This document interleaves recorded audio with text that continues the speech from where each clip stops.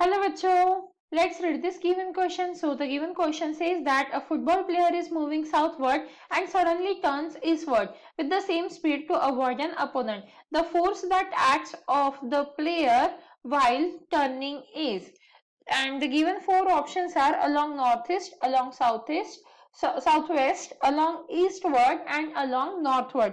तो देखिए बच्चों, क्वेश्चन में हमें क्या बोला गया है कि एक फुटबॉल प्लेयर है जो साउथ की तरफ जा रहा था, बट उसके अपोनेंट को अवॉइड करने के लिए वो ऑल ऑफ सडन किस तरफ टर्न हो गया है, ईस्ट की तरफ टर्न हो गया है। तो उस फुटबॉल प्लेयर पे जो फोर्स एक्ट करेगा वो कौन सी डायरेक्शन में होगा, ये हमसे पूछा गया है। अब इस क्वेश्चन को सॉल्व करने के लिए हमारा की कंसेप्ट क्या रहेगा? Key concept to solve this question is Newton's second law. अब न्यूटन सेकेंड लॉ के हिसाब से हमें क्या इक्वेशन मिलती है? हमारा जो की कंसेप्ट है वो है Newton's second law. Second law के हिसाब से फोर्स जो है वो इक्वल रहता है change in momentum with respect to time के। अब मोमेंटम क्या है? हमारी वेक्टर क्वांटिटी है और फोर्स भी क्या है? वेक्टर क्वांटिटी है। यहां से हमें क्या पता चलता है कि जो एफ नेट है वो किसके बराबर है? चेंज इन मोमेंटम, मतलब final momentum minus initial momentum के बराबर होती है। तो अगर मुझे चेंज इन मोमेंटम की डायरेक्शन मिल गई तो मुझे इस फोर्स की डायरेक्शन भी मिल जाएंगी। तो इसकी कंसेप्ट का यूज करते हुए हम इस क्वेश्चन को सॉल्व कर सकते हैं।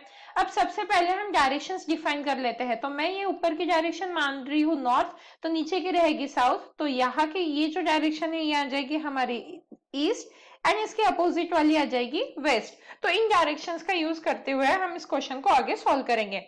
अब सबसे पहले जो फुटबॉल प्लेयर था वो किस डायरेक्शन में जा रहा था? साउथ की तरफ। तो ये हो गई इनिशियल वेलोसिटी की डायरेक्शन। फिर उसने टर्न ले लिया और वो किस तरफ जाने लग गया? ईस्टवर्ड की तरफ, मतलब ये हो गई हमारे फाइनल वेलोसिटी की डायरेक्शन। तो हमारा एफ नेट इक्वल्स टू क्या आ जाता है? F net is equals to आता है m v minus m u by t. v क्या रिप्रेजेंट कर रहा है? फाइनल वेलोसिटी, और u क्या रिप्रेजेंट कर रहा है? Initial velocity.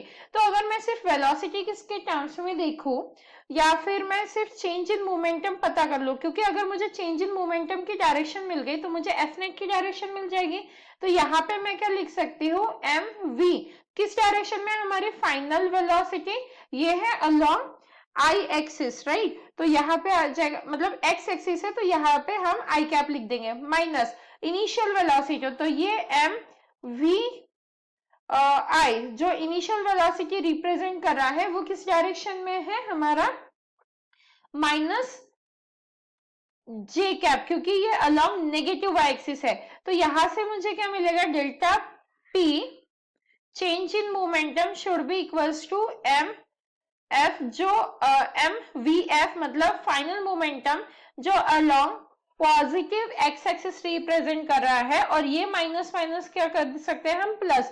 तो ये आ जाएगा हमारा इनिशियल मोमेंटम। तो मुझे इनिशियल मोमेंटम की डायरेक्शन किस वे में चाहिए है? पॉजिटिव वाई एक्सिस में, मतलब ये डायरेक्शन हम कंसिडर करेंगे इनिशियल मोमेंटम की।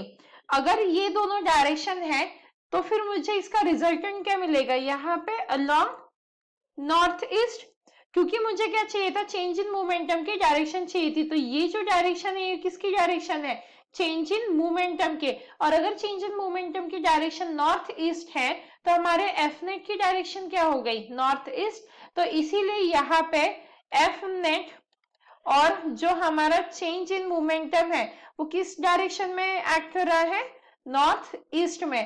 तो अगर हम ऑप्शन चेक करें तो हमारा कौन सा ऑप्शन मैच कर रहा है? Option A. Hence the final answer for the given question is option A. Hope you understood it well. Best of luck.